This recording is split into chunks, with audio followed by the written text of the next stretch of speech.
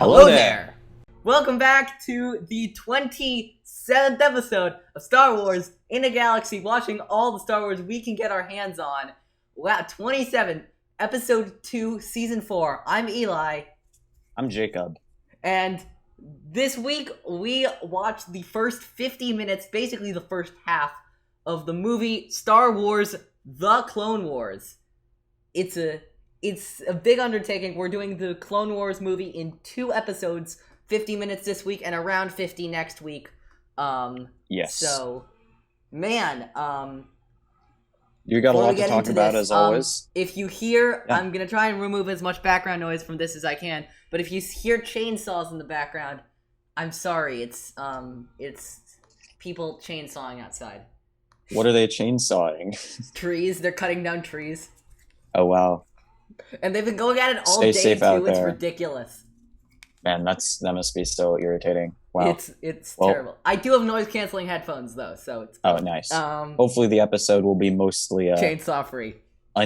Mostly untaintainted. Yeah, I think it'll be fine. Anyway, so getting right into it. Yeah. We have the crawl kind of, or the not the crawl, the logo. So one thing I noticed, maybe this is what you're gonna touch on.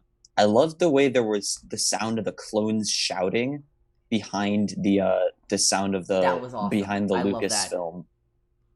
That was really awesome. I thought that it reminded me a bit of the way that the trailer for Clone Wars Saved kind of looked. Oh, with the clone helmets lined up side by side. The clone helmets, or not how it looked, how it sounded. I mean, the way you had the clones shouting and this thing like, "Oh, there's too many of them, fall back." So that was just a really cool. I don't even know if what Filoni did then, or what they did. I don't even know if what they did in season 7 was supposed to be a reference to that. But either way, I thought it was really cool, and I don't know. Yeah, good. It made me get a little misty-eyed. I don't know if we had this talk about this, but I think we should right now. If we did this last episode, I'm sorry, but I don't think we did. Let's talk about the guy who is basically responsible for all of this and a lot of what we're going to be doing over the next season and beyond with the Clone Wars. Let's talk about our buddy Dave Filoni.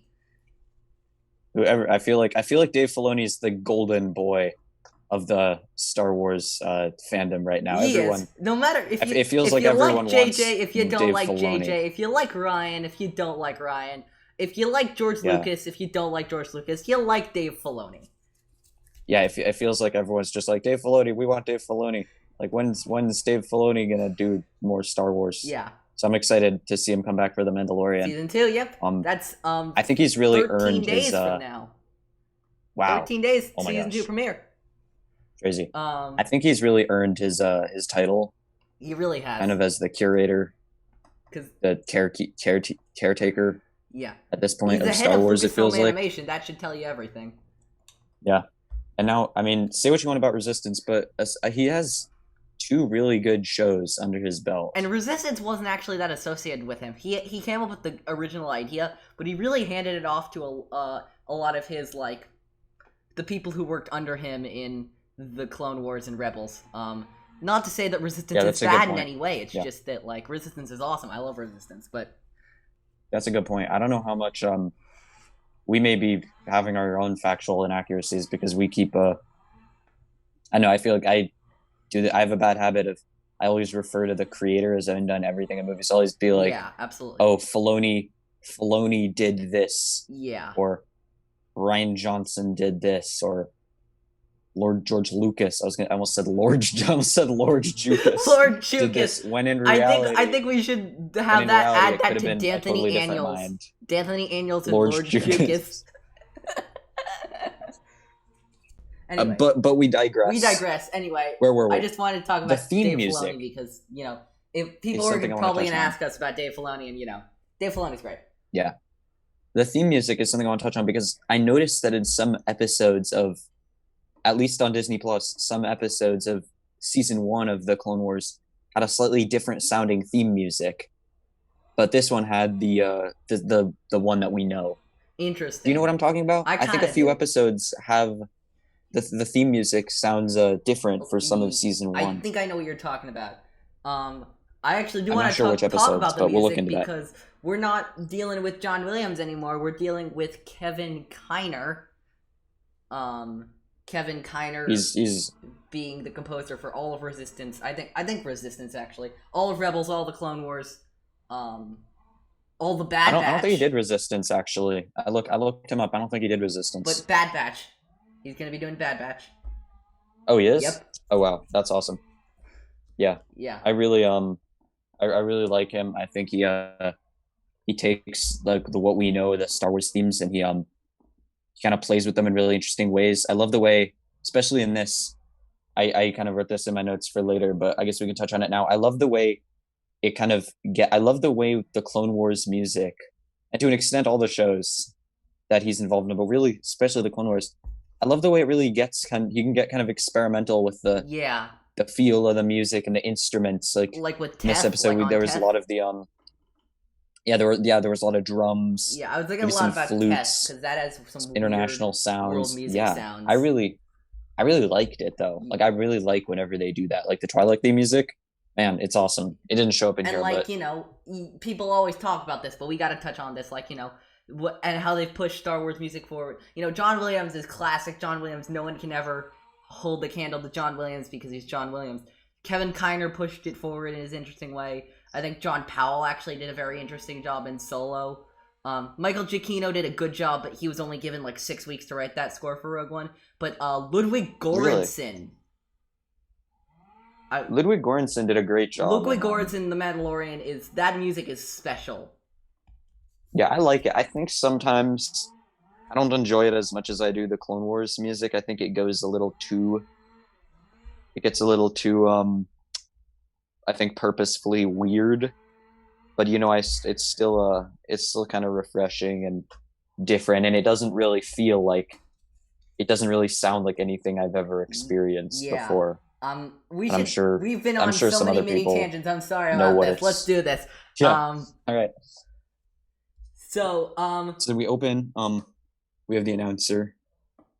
Yeah, we have the announcer. In the first scene, see that like the Clone Wars is really tearing the galaxy apart. Yes. There is a line I wrote down. I don't know if you caught this line. While the Jedi are left to fight a war, there is no one left to keep the peace. The Jedi are peacekeepers, not warriors. Which is an interesting line because I never really thought about it that way. If you have a war going on and you have the peacekeepers fighting in the war, then what happens to the peace? Yeah. That's a good and of course we also see the plot line, the very, very famous plot line. This is the thing that this movie is mostly remembered for, I think. The kidnapping of Jabba the Hutt's son. Can I just say something about that? The moment when we see the squid ship, the Trident class assault ship. Yeah, that thing with the legs. The Trident class assault ship, also known, I call it the squid ship. The squid ship. Affectionately, and also slightly grossed out. It's actually it can go underwater too. I think main I thruster. think we see it in the Mon Cala, don't we? Yeah, we see it in Mon Cala, and we see it a lot in Camino because they use it to get inside the walls. That's gonna be because ARC Troopers, its main thruster can be in, swapped out for a drill. Yeah, I know. I'm excited for that. That's one of my favorite arcs. Oh god, 99. Oh my god, I think gets me misty. I think that's pretty soon, yeah. Okay. So but I digress. That was some fun facts. But right as we see the I assume it's Ventress's ship, because that's the same kind she uses in the Camino arc. Or maybe it's just we see the Separatist ship bearing down on the barge, and it says the innocent become victims. Okay, maybe Rotta's innocent because he's only a young, so young 57-year-old Hutlet. But the Hutts are remember IG-11, victims. species age differently. Species age differently, yeah. Species age differently, but the Hutts are hardly victims, so that made me laugh a little bit. The Hutts are hardly innocent.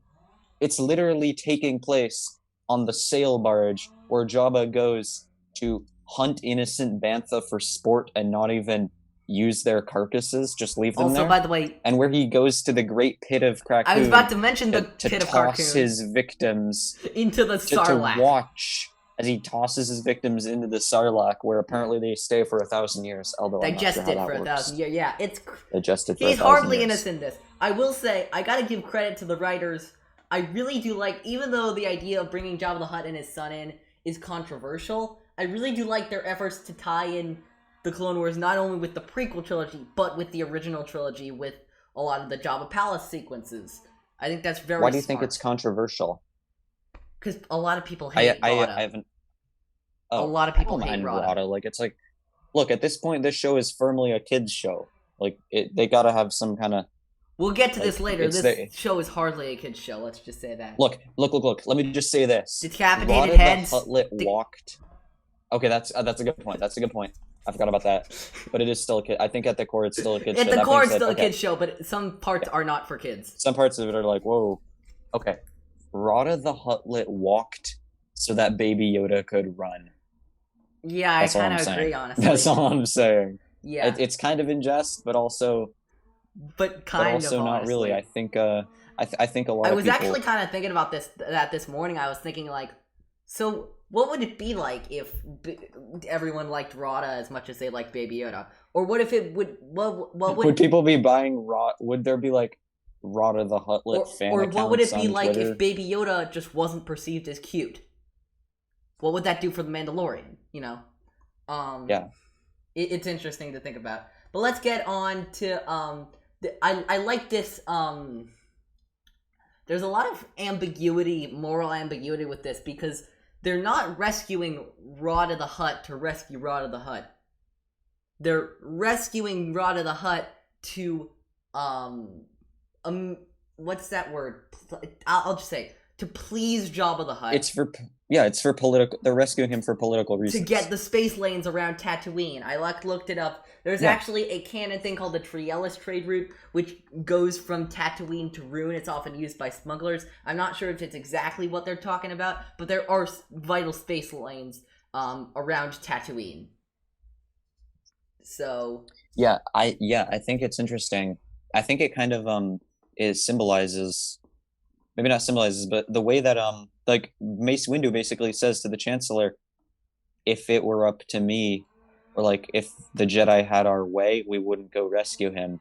I think that just goes to show that how morally ambiguous it is. Yeah. But also like, why would you go out of your way to rescue the son of a crime lord who hates Jedi and flouts the Republic's authority? Yeah. There is also a line that Mace Windu says. I gotta rant about this for a couple seconds, because we just watched Clone Wars, where General Grievous is a badass, and he says, Mace Windu says in the movie, General Grievous has our forces spread thin. I'm like, he does? I don't see any evidence of that in the show. He kills Nadar Veb in season 1, and he was like basically a rookie knight. That's the only person he ever kills in the show, like the only Jedi he ever kills in the show. How does he have your forces spread thin? Where's the evidence of that? Think about how many times he comes super close to killing other Jedi. He comes super close to killing Kenobi during the rescue of Eth Koth. He comes super close. Hell, he comes super close to capturing, killing Eth Koth. Like, I think that I don't know. It's just like, I think maybe not enough of it is shown on screen that it does become another off-screen illusion that makes everyone roll their eyes. But I don't know. Personally, I guess it just never really bugged me. Yeah, I don't know. That's just... Let's see. What do we have next? When he says, the only Jedi we can spare are Skywalker and Kenobi. Yeah. That doesn't make any sense. Because they're your star... Why would you want to spare them? They're your star...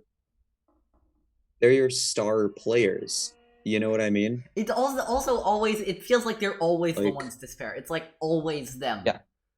So they do these battle sequences on Christophsis, and they're still fighting on Christophsis. This battle lasts a long time. It spanned 3 episodes of the Clone Wars, basically, if we consider from the start of the movie to like 25 minutes in, where an episode would be, because this was originally going to be 4 Clone Wars episodes. That's 3 episodes length. That's an hour of the show spent on Christophsis. in this battle. It's basically an entire arc. I like Christophsis. It's a cool concept for a planet. It's Really very cool. unique. And of course they win the first wave of the battle, and they're sent a messenger, and we gotta do a huge discussion on this guy. Not this guy, this girl, but yeah. Let's get to the meat and potatoes of this. Ahsoka Tano. Also droid punching clone. Oh yeah, I forgot to mention droid punching clone. Ahsoka Forever Tano, in our heart. She's here. Ahsoka Tano. We gotta talk about Ahsoka Tano. There was a lot of criticism, I seem to remember, when the Clone Wars first aired. I know there was a lot of criticism about Ahsoka, saying that she was too snippy, she was too annoying as a character. And talk about a redemption story. Ahsoka Tano, right now, is one of the most beloved Star Wars characters of all time. And honestly, to me, that makes total sense, because I think I have my list of my top 10 favorite Star Wars characters. I think she's number 5 on there. She would definitely be in my top 5, too. Yeah. She's incredible. I don't know what it is, but yeah. I don't know. Ahsoka's just really awesome. Yeah, I mean, again, that's all out of like so many Star Wars characters. There are only 4 characters on our list that beat Ahsoka. And you know, Ahsoka's just incredible. I think something that appeals to people about Ahsoka is that she has the guts to just completely walk away. She completely walks away from the only life she's ever known at the Jedi Order, because she knows that she needs to fix things, and she's not going to be able to do that at the Jedi Order. Yeah, So I think maybe that's why. At least partly. Yeah, and we'll get to that, like, of course, when we get to season 5, a long time from now. But like, you know, even now, she has this. She's like Anakin, but she has more of a natural inclination, at least to me, to the light than Anakin does. She's every bit as reckless and brash as Anakin, but she's tethered to the light. She is. And again, look how young she is. You know, this is her old character model. She's like very small. Why would they send a 14-year-old into battle with a tube top? I don't understand. This is the Clone Wars. This is desperation right now. It still doesn't make sense. I'm sorry, it just makes no sense. Yeah. On an in-story level and on a creator level. Hey, Clone Wars creators, you did a great job, but you could have given her something other than a tube top. Like, she's like in battle. That's just, I don't know how I feel about that. So, but I do like, yeah, and the way that Obi-Wan reacts to Anakin getting Ahsoka is priceless. Let's just say that, okay? I think he orchestrated it. Oh, I think he orchestrated it. I'm sure he orchestrated it. Yeah. No, one thing I noticed. It was the best thing ever. I noticed that. Okay, a couple of things. We see Ventress right after we see Ahsoka for the first time. We see Ventress for the first time too, or maybe right before. I can't remember. Yeah. But I think it's cool that we see 2 big. I mean, we saw female Ventress characters that become pretty popular. We saw Ventress in we did? Enemy. Remember when she? Hidden Enemy. Yeah. I thought you were talking about Combat. Yeah, that's true. We see her in Enemy, but chronologically, like in the real world, this would be the first introduction we've had to Ventress in canon, correct? In canon. In Legends, at least on screen. We had the Grey Delisle Ventress. I mean, yeah, in Legends, there was a lot. Yeah. For sure. I don't know. I noticed. If you noticed this one, Dooku says to Ventress, "Everything is going as planned," which I'm pretty sure is a direct rip from "Everything is proceeding as I have foreseen." From Sidious. I wonder why Sidious would reveal himself to Ventress, though.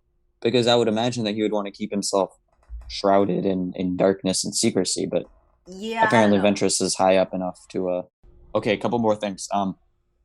Thus begins the time-honored and maybe also much bemoaned, at least for me, tradition of characters pointing at random spots on a holographic map and saying here, there, and here when they're planning. Like, he literally says, like, I'll defend the gun emplacements and draw the droids in here.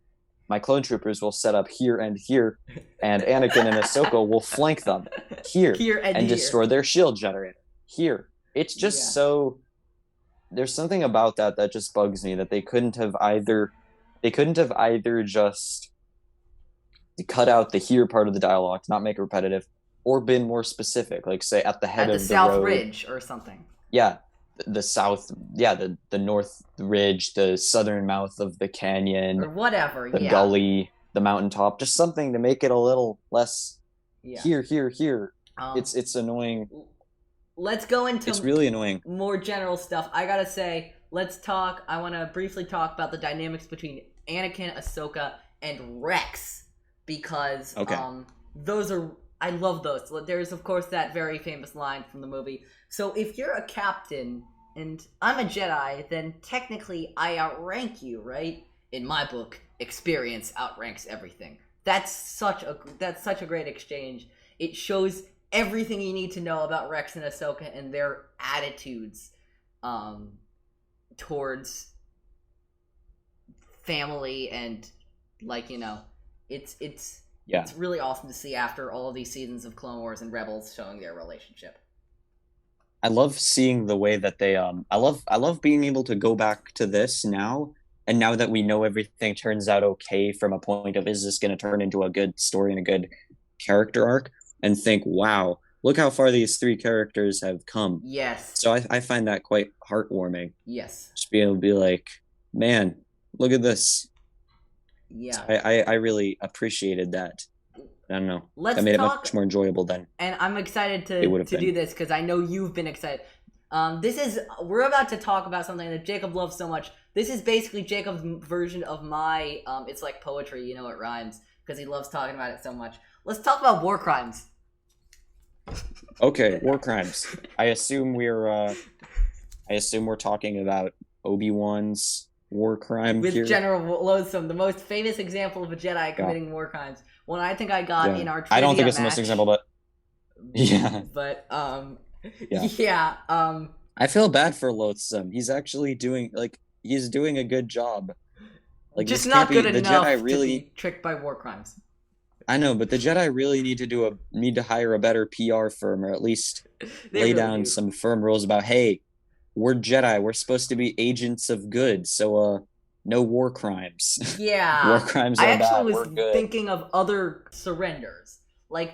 Usually they just decimate the enemy. They don't actually, because I was thinking there are very few actual surrenders in the Clone Wars. There are only two of them I can think of off the top of my head. The Tantive 4 in the beginning of A New Hope, and the Empire's official. That's not even a surrender. That's kind of a. And the Empire's kind of a capture. Official surrender at Jakku, ending the Galactic Civil War. Yeah, that's the because there's never really a surrender in the Clone Wars, because Anakin murders every single separatist leader, and all the so droids does get shut Obi-Wan. down. And so does Obi-Wan. Yeah. I saw a meme the other day, and I think that I think sums this matter up pretty well. It's someone saying, "Hey, I can't believe Anakin committed a war crime during the Clone Wars," and then someone saying, "Do you have the slightest idea how little that narrows it down?" I think if we expand that to all the Jedi, that really fits. I like the Jedi. That. I will defend the Jedi Order. I will too. More than most. I'm a huge Jedi fan. But I have to say they really messed up. Of those top 5 characters in Star Wars I mentioned, all 5 of them are Jedi. I will admit that one. So, how many of them are war criminals? Is Yoda a war criminal? I don't think Yoda's at least not from what we can tell. Yoda's not a war criminal. Then probably only one. Unless gambling with the lives of your troops counts as a war crime, because he does do that. Yeah, I'd say only one, because I think and that's Obi-Wan. Because I don't think Yoda does it. He's my number 1. Obi-Wan definitely does it. He's my number 2. Luke doesn't do it. I don't think. As far as we know, yeah. I think Luke is the one Jedi who, as far as we know, as far as we know. And Ahsoka, I don't think does it. So, I wonder. I bet Ahsoka would probably be part and parcel to a war crime during the Clone Wars. Probably, just because there are so many battles. She's probably and I'm guessing just from her character that she would be willing to do more what it takes. Yeah. Than someone like Obi-Wan. Especially although apparently not in this episode. Yeah, because she's younger and more Yeah. reckless. You know how it is. You know what I mean? Also, let's talk about this. Let's talk about a couple things. First of all, there's this point at when Ahsoka, so they have to disable the shield generator, and there are these spikes in the ground that activate droids. It's basically like a minefield. And then there's this. Yes, LR-57 droids are the name. I looked it up. Nice job. LR-57s. Very good. Anyway, and so they and at one point Anakin says to Ahsoka, "Wait, whose side are you on anyway?" And that turned the wheels in my head. Imagine if for one arc in the Clone Wars, like, we get a Duel of the Droids arc, except for it's with a Padawan. That'd be pretty interesting. That would be like if Ahsoka and like what if Ahsoka was a traitor? Ahsoka ends up getting. We kind of get that though a little bit. Duel of the Droids, how Ahsoka ends up getting screwed by Barriss, yeah, who ends up being the imposter. But like, seriously, what if Ahsoka was a traitor? How much of a twist would that be? Yeah, that would be pretty crazy. Yeah. You know, one thing that's interesting about the LR-57 is going back to that. The only other time we see an LR-57, this kind of droid, I believe, is in the Karlak arc, which also has Ahsoka in it. Interesting. I haven't watched that arc in a long time, so it's the arc where I know when it happens, but I don't really remember a lot of the specific details. They're like the target practice droids that the Mandalorians use, basically. Okay. Yeah. Moving on. And then there's this line. What else do we have? And I saw this in your notes, and I saw this in mine, and I think we disagree on this one. Interestingly, there's a line: "You reckless young one, you never would have made it as Obi-Wan's Padawan, but you could make it as mine." And I saw you wrote down that you agreed with Anakin. I definitely which agree is with Anakin. Interesting because I don't.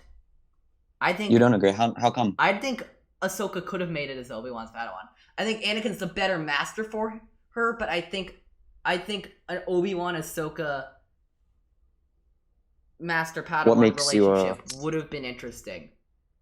I think it would have been interesting too. I think it also would have been very fruitful, and I think it would be very successful. Except I don't think Obi-Wan would have let it marinate enough. Like, if it were Obi-Wan, he wouldn't have gotten to the point where Anakin said, "You just might make it." He probably, as soon as the mission was over, he would have been like, "Okay, that was a disaster." And he wouldn't have done it out of spite or cruelty or thinking that she couldn't keep up. He would have done it out of, "I don't think we're a good fit. Like, I can't keep you out of harm." I don't know. I feel like I think he would have. I mean, maybe not, but I think so. I don't know. Maybe it's an interesting. That's just my take. Question. Interesting thought. So let's go on to if you have anything on Christophsis, before we go to Teth. I have a few more observations about Christophsis. On Christophsis, I noticed the clone armor, if you notice, is super scuffed up. All the clones have very dirty, charred, scarred, scuffed up armor. And I think it's a cool testament to the way that the clones are given a lot more of a personality. They're given a very different treatment. They're given a very they're given uniqueness, they're given humanity, they're given a lot more personality than in the movies. And I'm not sure if they thought about that when they were designing their armor to be more like this, or if this was just a simple practical matter of, they've been in battle more. But I think it's interesting because on the one hand, it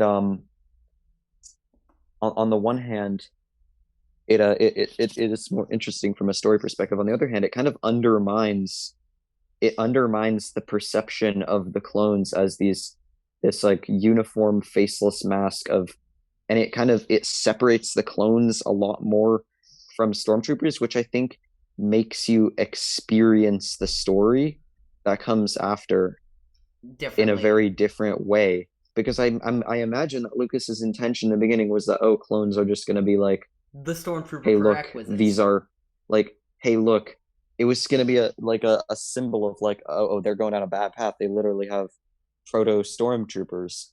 But then once we get this, I think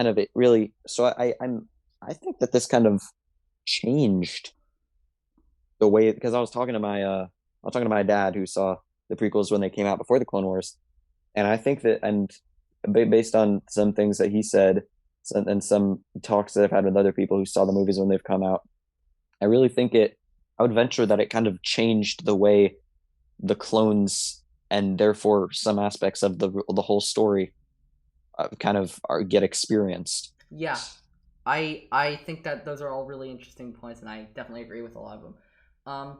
So let's go on to Another Teth thing, now. Teth. One thing I noticed, ARF troopers. I love ARF troopers. The scouts. Oh, the scouts. I think it stands for Advanced Reconnaissance Force. I don't know why they don't get used more. In my opinion, they're really cool. They are really ARF, cool. ARF for life. Also, let's see.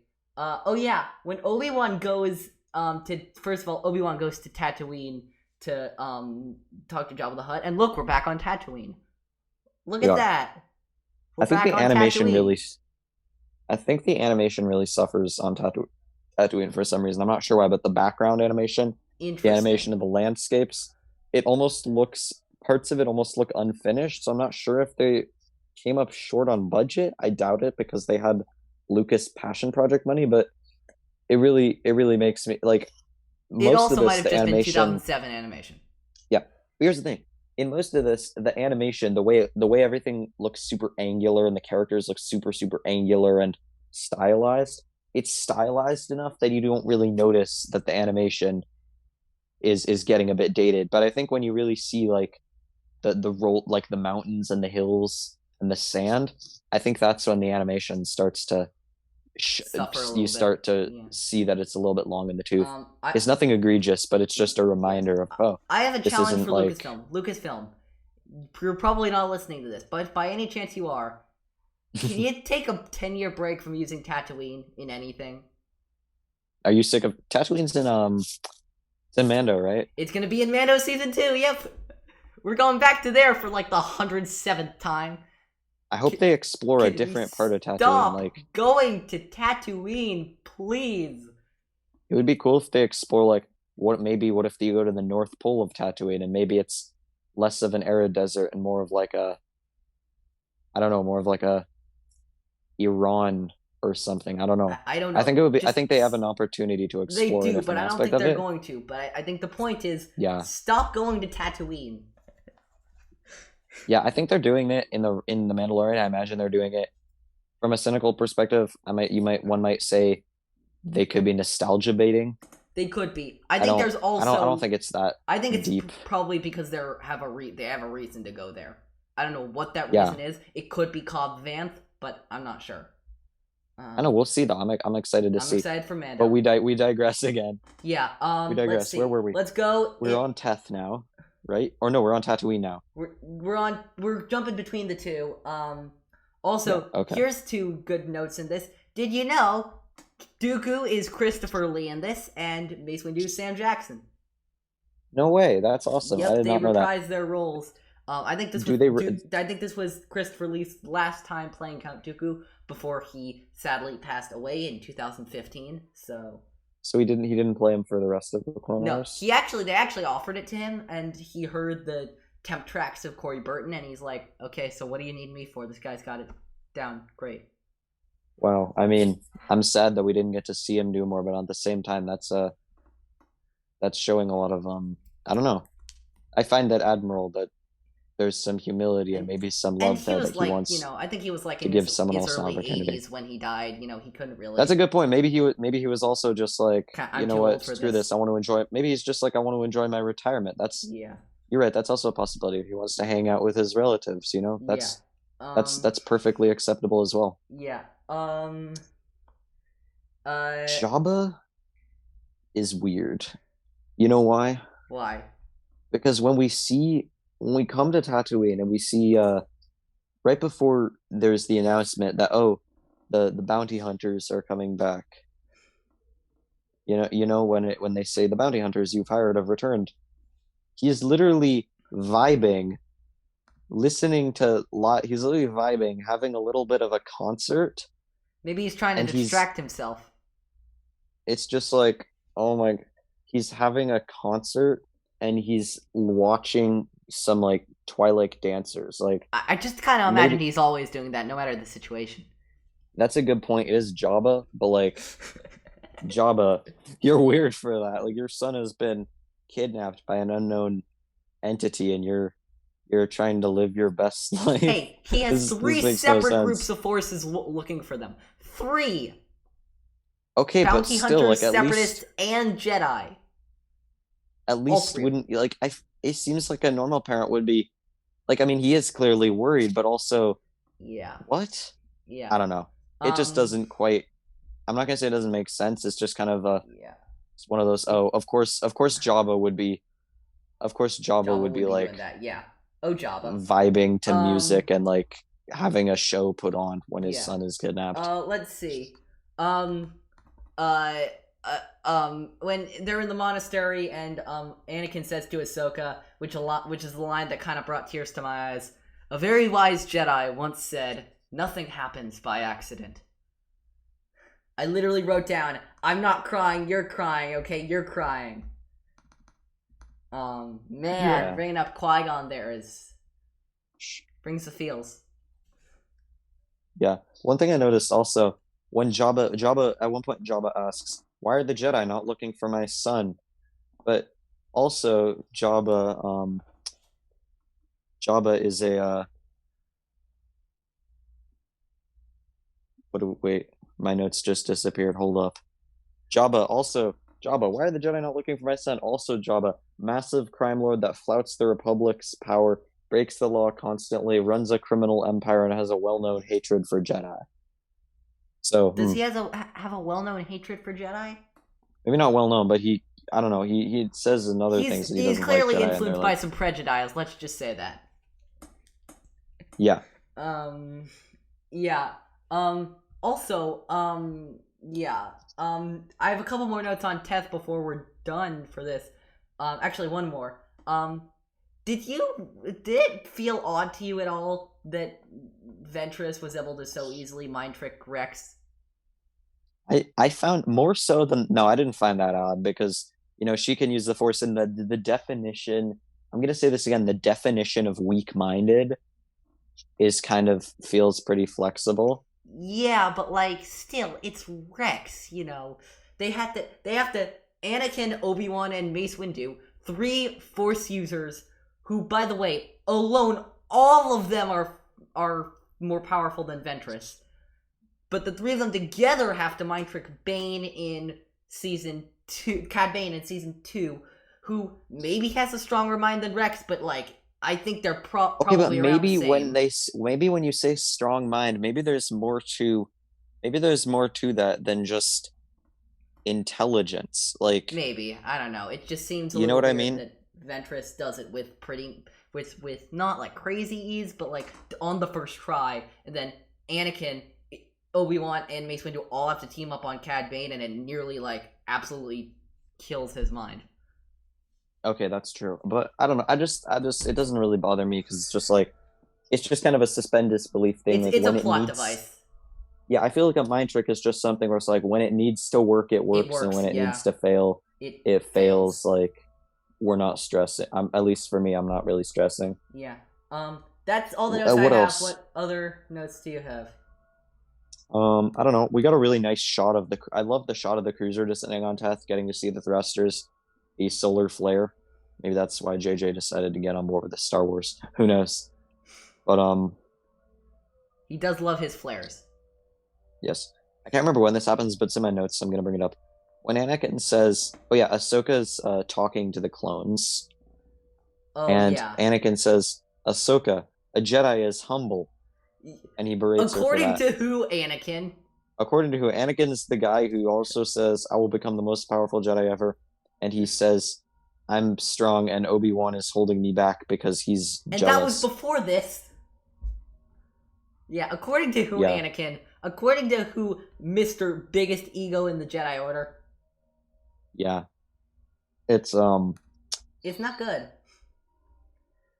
Yeah. And the part when Obi-Wan shows up to the castle and then he says I hopefully Jabba will be in a good mood.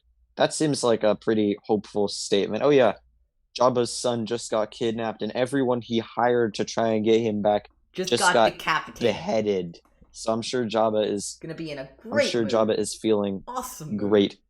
Hey, here's a fun tidbit for you.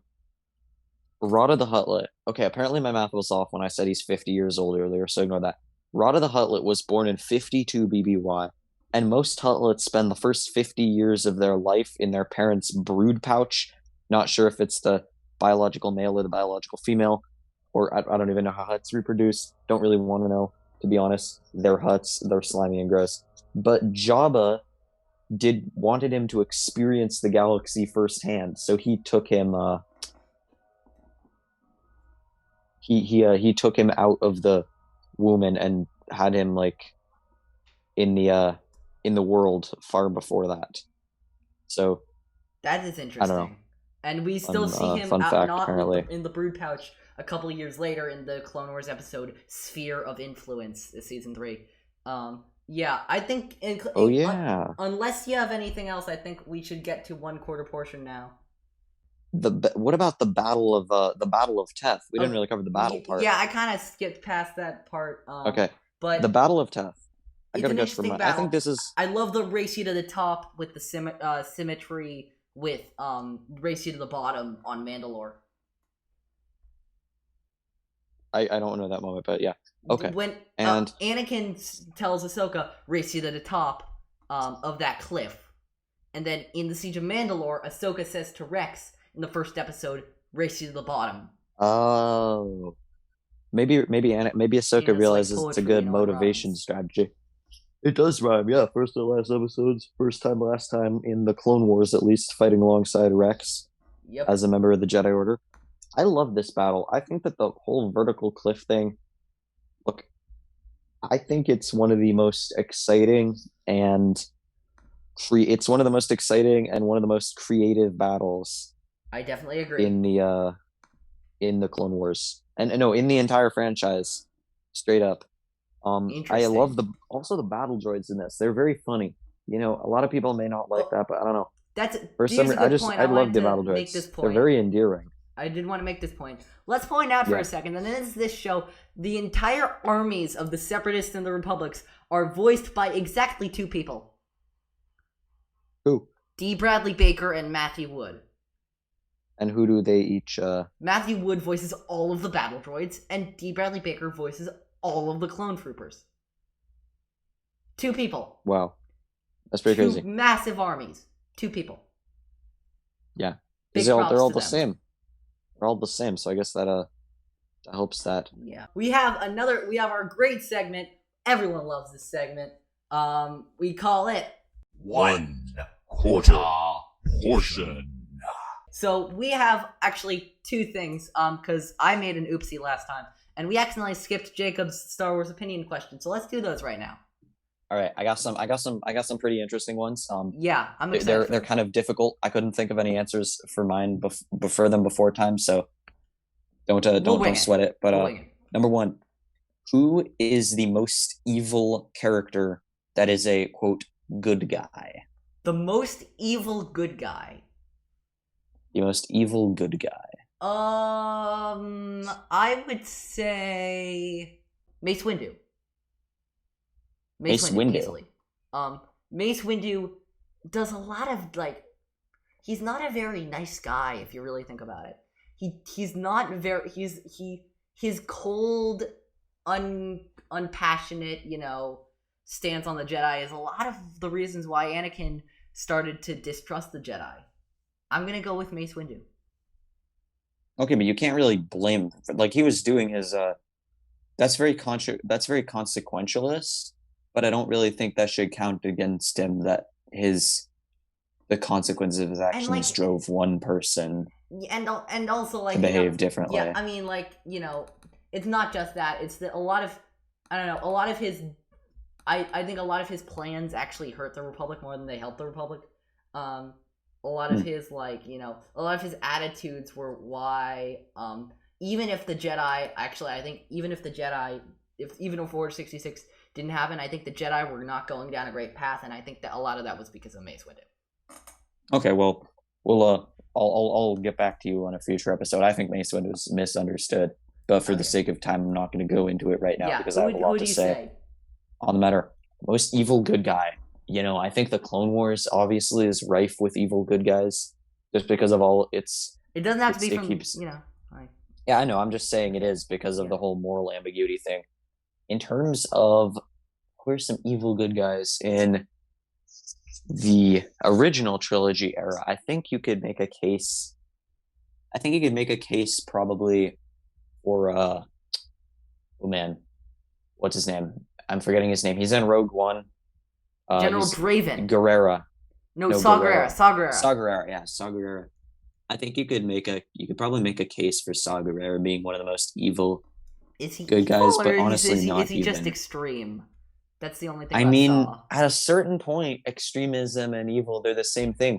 Once you're Yeah. putting civilians in harm's way, carrying out acts of There is terror, that thing in that book, that is Rising, evil. that I think I heard of, which is that I think there was a mission with the Partisans that where they just shredded a bunch of people at an Imperial party to bits with like basically just like mini dart launchers, and they just shredded them all those to bits. the flechettes. Yeah, the flechettes, and like you know, most of them were not actually Imperial military; they were just civilians.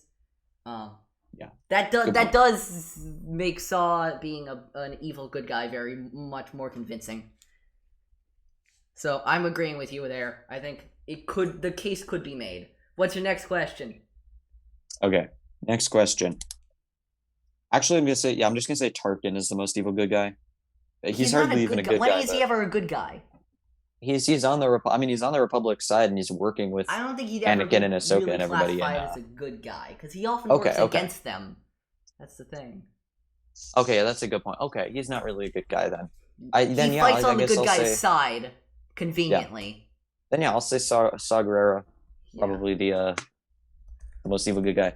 Okay, next question. The bad guy, the quote unquote bad guy, who's the most who is the least evil or has the most goodness within them. Okay. Who do you think this would be? I actually just thought of one that's like that just fits the bill for me. Grand Admiral Thrawn.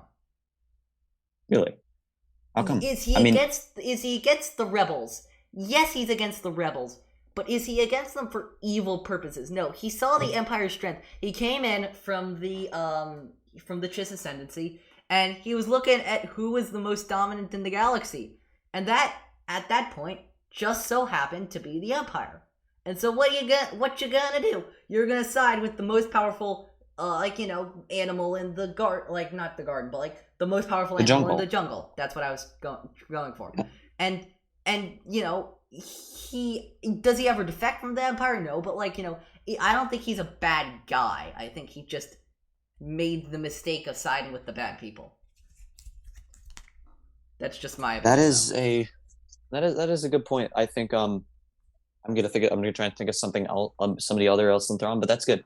But that brings up a point, at least for me, a small point, which is that I think that the way, at least let's stick for canon for now. The way that Thrawn is portrayed in the Thrawn trilogy by Timothy Zahn, great books by the way. Really, you should really, the canon Thrawn trilogy.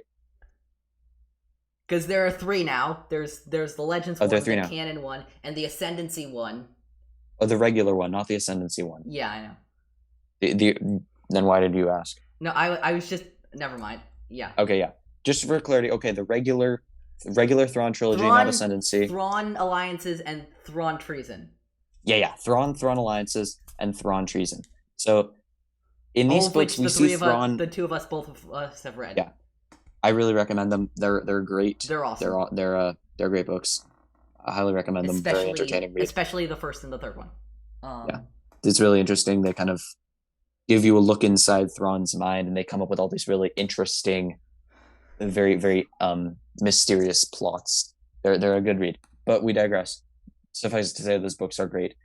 Thrawn in those books is very different from Thrawn in Rebels. Thrawn in Rebels, maybe because the Rebels is kind of supposed to be from the Rebels' perspective a little bit, and it just kind of is, I guess, as a matter of fact, just because it follows Rebels. Thrawn comes off as a lot more evil, and he comes off a lot more as relishing. He comes off a lot more as relishing doing harmful things to the rebels and relishing giving them defeats, killing people, kind of striking fear into their hearts a lot more than in the books. In the books, he comes off as a lot more analytical and just doing what he has to do to survive. Yeah. But I would say for the least bad guy, that is a good. Besides Thrawn, I'm not even sure who to go with, to be honest. So sequel trilogy, I don't think there's really a good contender in the original trilogy. Maybe you could argue a point for DJ, but I wouldn't argue that point. Yeah, I wouldn't really argue. I wouldn't really say DJ. It doesn't really have a lot. You could going say for him. Hux, but then you can't say Hux. Yeah, not really Hux. Original trilogy, other Imperials are probably a lot. Maybe Yularen. No, Yularen maybe, actually has a very convincing case for not being a bad guy. He just, Yularen's case is actually very similar to Thrawn's case. He just kind of went with the tide. The Republic was Yeah, and good. Yularen, or Yularen, however you pronounce it. It almost seems as if Yularen is only loyal to the Empire because he's in love with his memory of the Republic. That does make a lot of sense, yeah. So I'm gonna say Yularen. I think he Yularen's a good point, yeah. I think he's just got in a bad situation because he feels so loyal to the Republic that he can't really tell that what he's fighting for isn't the Republic anymore. Okay, that's I'm all I'll say for that. Excited for this next segment. This is our actual 1/4 portion segment, which is called It's a Long Story. The segment where we explain Star Wars very badly to each other. Yeah. Do you have one? You want me go to start first? with this one? You start Okay. this time. Okay. Let me see if I'll get into my narrator voice. Okay. I'm trying to figure out how to say this. A young man witnesses brutality at the first battle he ever fights in. He decides to leave the army that raised him since birth and join the counter movement to that army, where he meets some of the best friends he will ever have. Oh, The Force Awakens. Yes, Finn. and that's yep. Yeah. Okay. Awesome. Thank you. Okay, here's That's mine. the key to a long story, I think, is don't ever do the story from the main character's perspective. Do it from anyone else's I think the key is to explain it badly, though. So that seems like a pretty good explanation, actually. But sorry, it's okay. It's okay. Here, that's okay. Here's mine.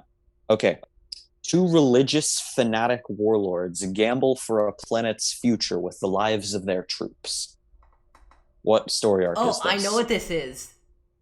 I think this is an specific episode, and I think it's a good time to plug this. We will be talking about this episode, I'm pretty sure, with Meg Dowell coming out in about a month.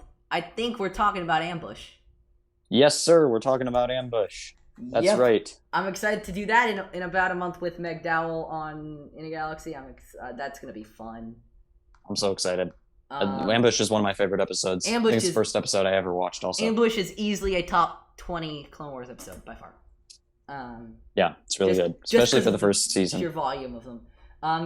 That's it for this episode of Star Wars In a Galaxy. Next week we will be finishing Star Wars The Clone Wars. It's crazy. We're doing this in 2 sessions. The movie, not the TV show. The movie. The TV show we've gotten 2 episodes into. Anyway, so in the meantime, before that next episode, follow us on Twitter. We're at In a Galaxy Pod on Twitter. You can listen to us on Anchor, Spotify, Apple Podcasts, Google Podcasts, Radio Public, wherever you listen to your podcasts, we'll be there. Please, if you listen on Apple Podcasts, I don't know about other services, but I know this is an Apple Podcast. 5-star rating and review, please. We really appreciate it. It helps our podcast get seen. And yeah, we'll see you next week. May the Force be with you always.